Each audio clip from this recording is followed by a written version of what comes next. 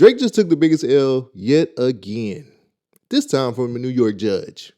The timeline is calling it a win for hip hop.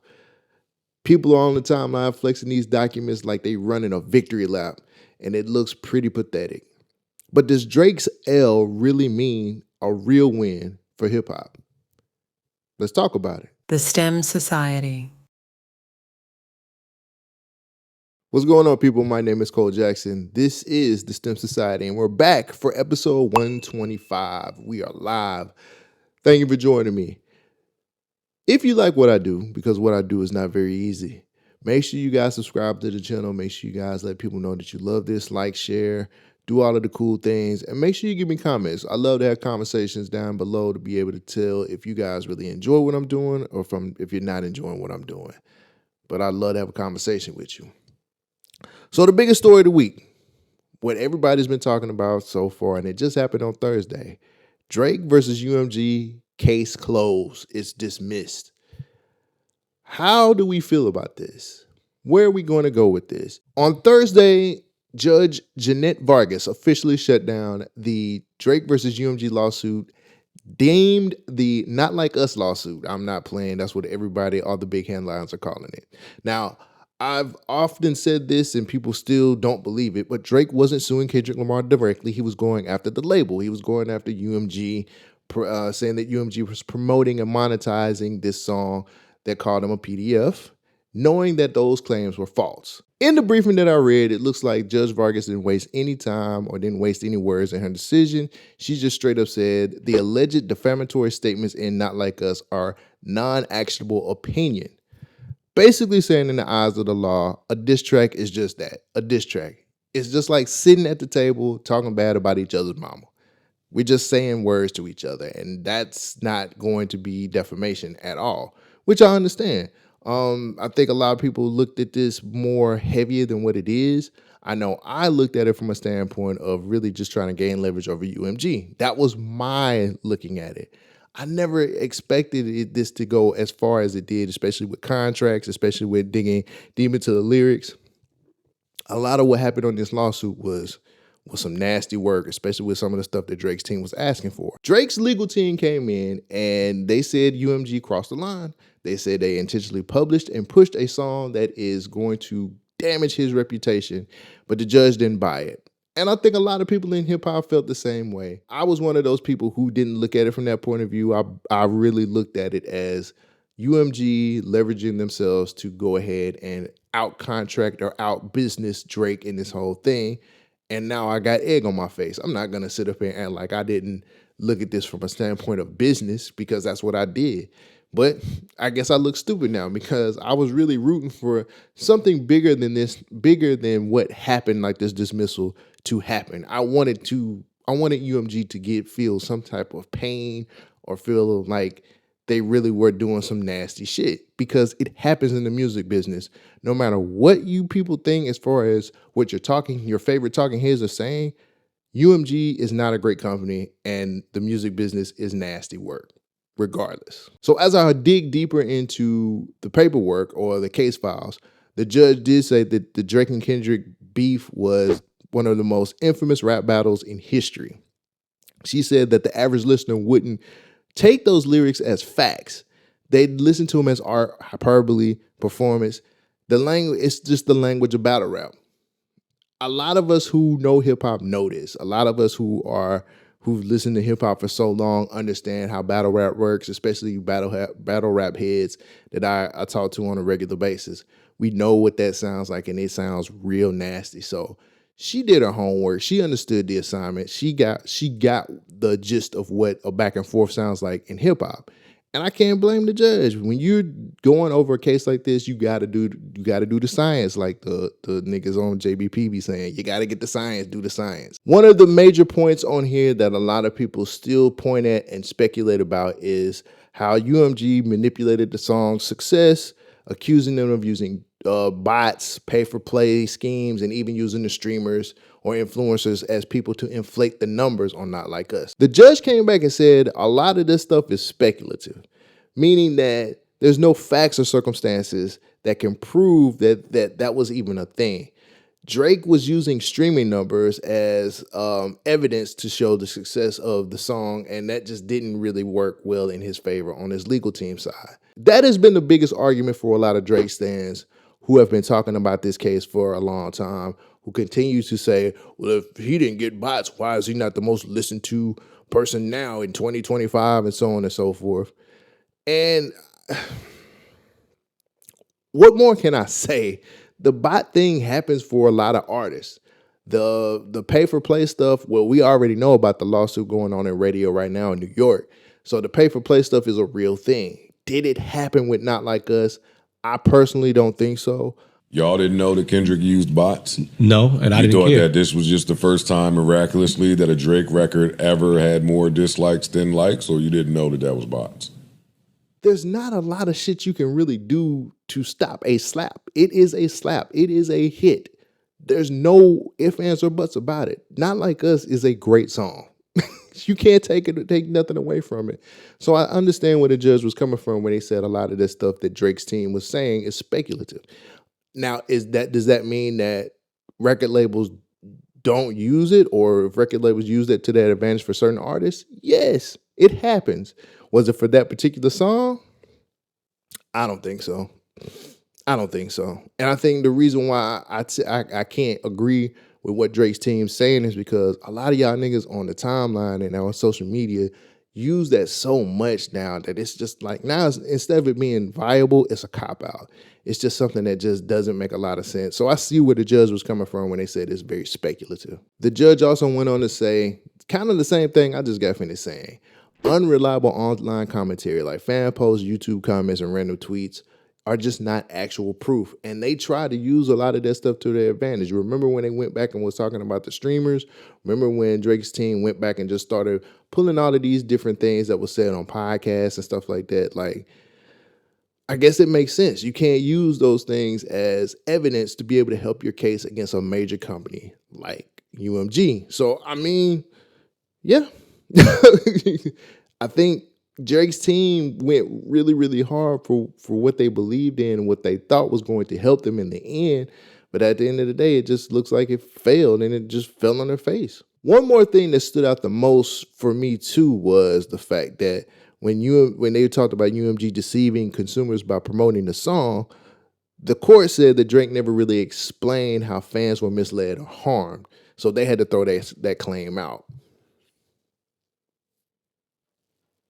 I can't disagree with that. When I go back and look at everything about being misled or being harmed, the only person who got harmed in the whole thing was Drake.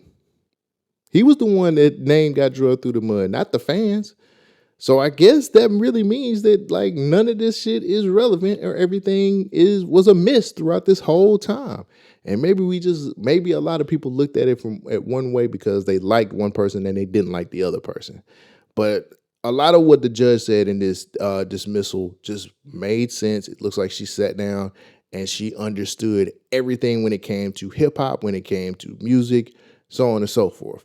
Do I agree with everything that she said? Not really. I still believe that UMG is an evil company, and I do believe that UMG will do whatever they have to do to gain leverage over another artist, which means if they need to, when it comes to contract renegotiations, they can prove that you are not worth the shit that you're asking for. So at the end of everything, Judge Vargas threw out every count. She threw out the defamation charge. She threw out the harassment charge. She even threw out the deceptive business practices. Man, I wish you made a song, Judge, because you really would know the game for real. But it looks like there was no merit. Now, they're saying that Drake's legal team is going to come back and they're going to appeal. Let me just say this. Why? Why even do this? At this point, it feels like you're just beating a dead horse. I've been so over this Drake versus Kendrick thing for so long. And now we're to the point where if he goes and tries to appeal this thing, it's just going to drag on for another year. And it's just going to sound real petty and it's real stupid. I'm at the point now where can we just let this die so we can enjoy the rest of the year of music? I don't want to hear no more about this Drake versus Kendrick thing. I don't want to get any more into any kind of legal shit. I think this is the first year of me doing hip hop commentary that I had to read so many different legal documents, and I'm tired of it. For my sake, I just want to be done with this whole thing. I don't want them to appeal. I don't want them to go into any further litigation. I think now is the time for us to start winding this shit down. I think it's time for Drake to just go into hiding and start getting back into album mode. The timeline was full of stuff, and I try to pull some things, especially from your favorite talking heads, to see what they had to say. Now, of course, you know his favorite person, Joe Budden, had to post something on Instagram, which was a picture of, it looks like fake Drake or fat Drake, and he posted it on his stories. This love-hate relationship between Joe and Drake has been one of the funniest things in the world. Eventually it's going to end up in an interview, probably at the end of Drake's career, who knows, but they're going to love each other again pretty soon. I don't like the fact that Joe switches up all the time, though, because just as much as he ridicules Drake, he's going to sing his praises if this Iceman album is going to come out and be one of the best albums he's ever dropped. So I don't take anything that Joe says, especially pertaining to Drake, seriously. Nobody should, because Joe is the biggest flip-flopper in the world. So who in the hell is going to believe this whole beef that these two have? The company man had a very interesting tweet that I wanted to read. He said, Drake sued over Kendrick saying something that he told Kendrick to say. He should have known that this was going to be an incredibly high hurdle to climb in a court of law. The judge did her homework. It's all happening. So let me just start off with this. That fucking saying is the dumbest shit I ever heard in my fucking life, but you guys love it. I'm a hater, so it don't even matter. It's all happening. Shut the fuck up. Now, going back to the tweet, he's got a point. He's referring back to Taylor Made Freestyle when Drake used the Tupac voice, saying he heard on the Joe Budden podcast, go ahead and call me a PDF. We know it's true because you heard it on the Joe Budden podcast stuff. That's great. I don't think that his legal team was looking at it from a point of like, well, you did tell him to say that. Yeah, nigga, I said some shit that I needed to say to be able to get out a good diss track. I'm trying to go bar for bar with a nigga who is slaying me. Of course I'm going to say something stupid like that. Yeah, Drake wasn't thinking. Shit, he didn't think he was going to. I don't think Drake was thinking about going the legal route during this whole beef until he lost. So yeah, whatever the company man is saying, he did that shit. I told you, I knew your dad for a long time. He did that shit. Guilty as fuck. So it's another tweet from a random fan that I thought was cool. This tweet really made me think. Kendrick did Drake so dirty, beat him in a battle, won 5 Grammys for Not Like Us, clowned him at the Super Bowl, back-to-back sold-out stadium shows in Toronto, and finally the judge dismissed the defamation suit. Biggest L in hip-hop history. When you list those accomplishments like that, and when you give us a complete breakdown of how Kendrick really got a victory out of this whole thing, it sounds real bad. Like, it really feels like Drake got the whipping of his life. Like the slave whipping that he had been looking for, he got it. Your taste of blackness, here you go, my man. You earned it. I hate that Kendrick is a part of this whole thing. I really do feel like if we would have kept it to Drake versus UMG, I think people would have been looking at this a whole lot differently. Follow me on this. Kendrick being involved in this whole lawsuit really kept it on a battle situation when it really was Drake versus the label. And I don't know if that was strategic on anybody's part, but Kendrick was so beloved and so hated throughout this whole thing that it just made this big snowball effect to just make it look like Drake was a whiny, crying little baby. When at the end of the day, I really still feel in my heart, and a lot of people won't agree with me, that he was trying to get leverage against a company that he wants to get paid from. We know he's not going to go independent. We know he's not going to do anything to try to make things difficult for the industry because he has too many ties to too many companies. But the fact that Kendrick tied to this makes Drake look so much worse than what it really is, because this is just a small loss to somebody like him. And that's just how I'm looking at it. That's not a major L. It's not a major L because y'all are acting like this man still can't sell out arenas. Shit, stadiums. Y'all acting like he still can't sell out tours. Y'all acting like he still can't make great albums. Y'all act like he still is not one of the most streamed artists in the world. Like he still is a ATM. He's a bank. He is a cash cow. And there's nothing you can do to stop that. But I just think that the Kendrick side of things being attached to this whole lawsuit really helped UMG not look as bad. And it really made Kendrick elevate even more. I don't think Kendrick has gotten this much coverage before in his entire career. Like they followed him through his international tour. He gets all kinds of praise. We're probably going to see what happens with GNX. GNX has been submitted to the Grammys, so he might end up with a Grammy too, another Grammy victory.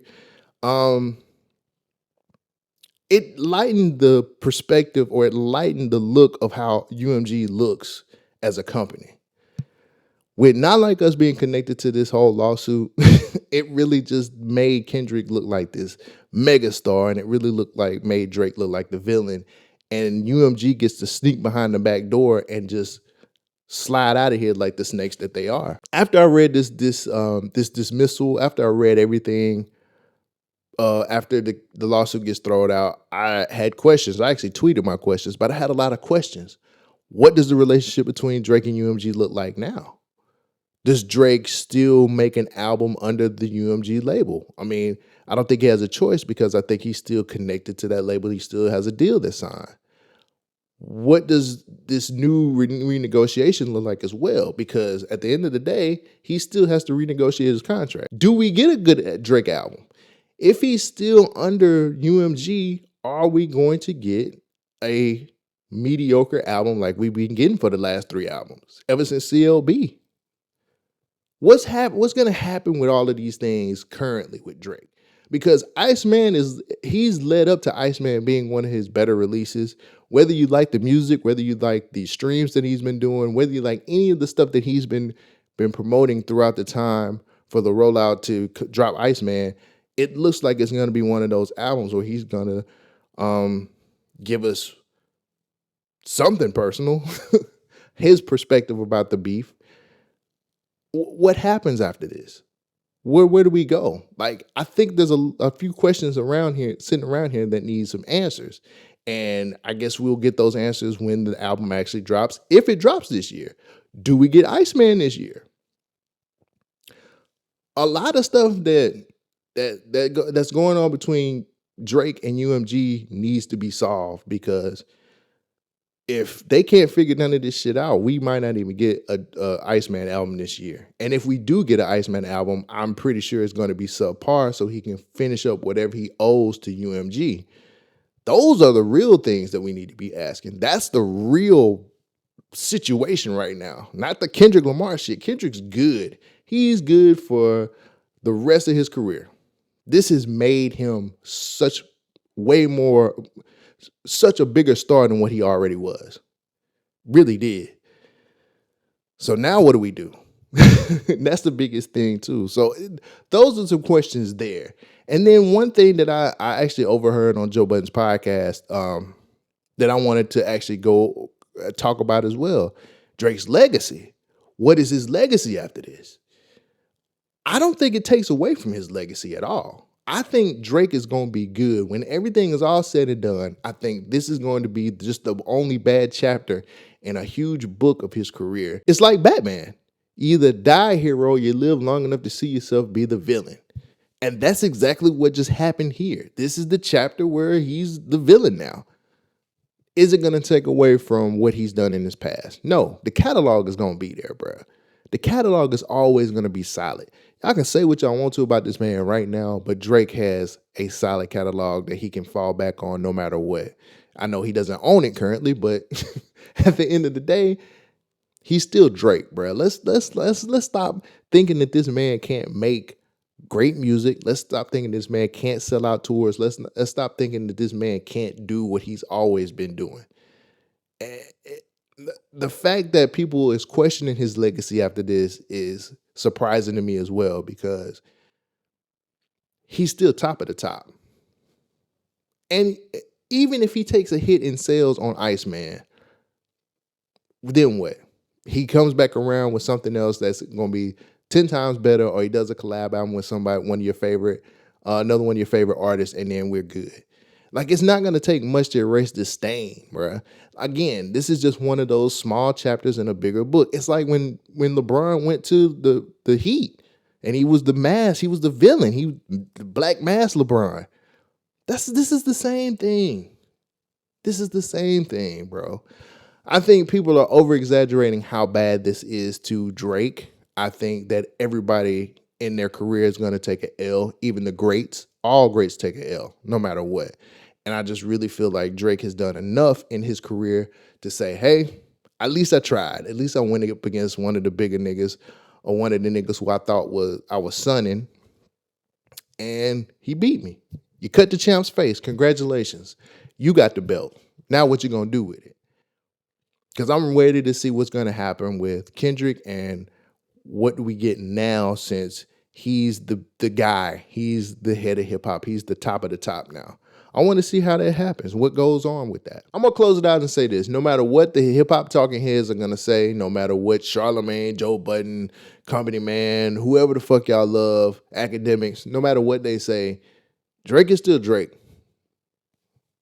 Drake is still Drake. And I don't think anything's going to change that. As much as people online want to hate on him, and as Charlamagne wants to call him out and call him this light-skinned beige nigga who in his feelings, or whatever the case may be, you can't say that he didn't sell albums. You can't say that he hadn't put out classic albums. You can't say that this nigga hasn't done enough to prove that he should be in the Hip Hop Hall of Fame. It just ain't going to happen. He's done way too much for the game. He put way too many people on. I think Drake is one of those people who, I'm not going to say is bulletproof, but he'll bounce back. All it's going to take is one album. I guarantee you he'll bounce back. What do you think? Do you think Drake just killed his legacy with this whole lawsuit? Do you think that we're going to get a great album from him this year? Do you think that we'll get anything else from him this year? Let me know in the comments to tell me how you feel. I'd love to have a conversation with you. That's all I got for this week. Thank you guys for joining me for another episode. Catch me on Patreon. I do have new content on Patreon right now. If you go there, you can actually see a vlog that I put up, and I'm actually going to start putting an uncensored, unfiltered version of the STEM Society on my Patreon. So make sure you guys join up and see what's coming out next. But for all of that, man, thank you guys. I love you, and I'll catch you next episode. Peace out. Like, he say the most ridiculous shit, but it sounds so cold when he just rapping. Drake wasn't done taking the battle from the booth to the courtroom, and this morning, the judge just handed him another L.